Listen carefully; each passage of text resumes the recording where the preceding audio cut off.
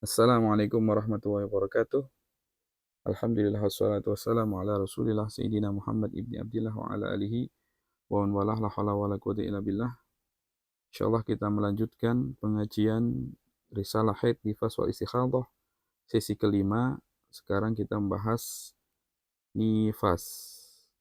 Untuk nifas di sini ada beberapa materi, ada ta'rif nifas, definisi nifas apa, kemudian syarat-syarat nifas, ada masa nifas, kemudian kapan dimulai masa nifas, kemudian hukum taqattu'i dam nifas, hukum terputus-putusnya darah nifas, yang keenam hukum ziyadatid dam ala aktsari nifas.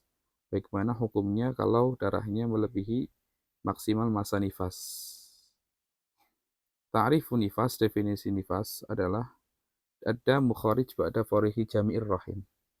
Darah yang keluar setelah kosongnya rahim.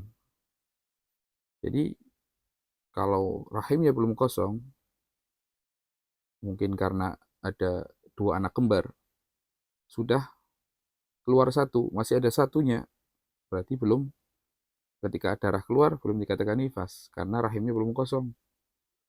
Nah, jadi dikatakan nifas itu kalau darah keluar setelah rahimnya kosong. Kemudian syurut nifas.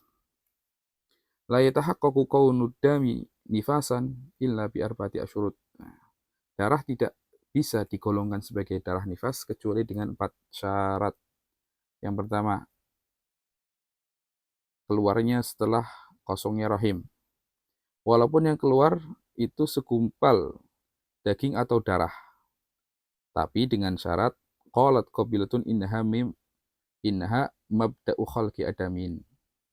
Keluar darah, segumpal darah atau daging. Kemudian bahasanya keguguran lah. Kata bidan, kata ahlinya, oh ini kalau bisa sempurna bisa jadi manusia ini. Nah, berarti setelah keluar tadi segumpal darah atau segumpal daging, kemudian keluar darah, nah, bisa dikatakan nifas. Jadi nifas itu tidak harus melahirkan anak, walaupun masih tadi segumpal darah atau daging, yang penting kata dokter, oh ini permulaan ciptaan anak Adam. Yang kedua, syaratnya khurujuhu qabla qidha'i khamsata asyara yawman min faraghi rahim. Keluarnya darah tuh sebelum selesai 15 hari. Jadi belum melewati 15 hari setelah kosongnya rahim. Jadi umpamanya lahiran tanggal 1, kemudian nggak keluar darah tuh. Keluar darah tanggal 7. 1/7 masih belum 15. Oh, dah masih dikatakan nifas. Berbeda setelah melebihi 15 hari. Maka itu dikatakan haid, fahuwa haidun. Tanggal 1 lahiran, nggak keluar-keluar. Keluar darah tanggal 20-nya. Berarti yang keluar tanggal 20 itu bukan nifas. Bukan nifas, tapi haid kalau sesuai dengan syarat-syarat haid. Karena syaratnya keluar sebelum melewati 15 hari setelah kosongnya rahim. Yang ketiga, ala yatahallala baina damai nifas awal wasani aqallu tuhri. Ketika ada berhenti di antara darah nifas dan setelahnya, maka tidak boleh disela-selai 15 hari.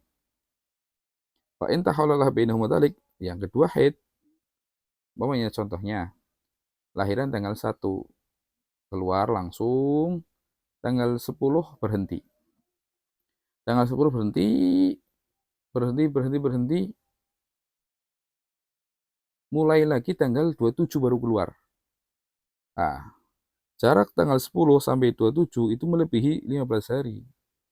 Ya, 17 hari. Berarti yang tanggal 27 sampai tanggal berapa itu keluar, itu bukan darah nifas, udah darah haid lagi. Ya. Walaupun masih 60, tapi kayak tadi, setelah 10 hari keluar, setelah melahirkan kemudian berhenti sampai 15 hari atau lebih, maka yang setelahnya keluar lagi itu dikatakan haid bukan nifas.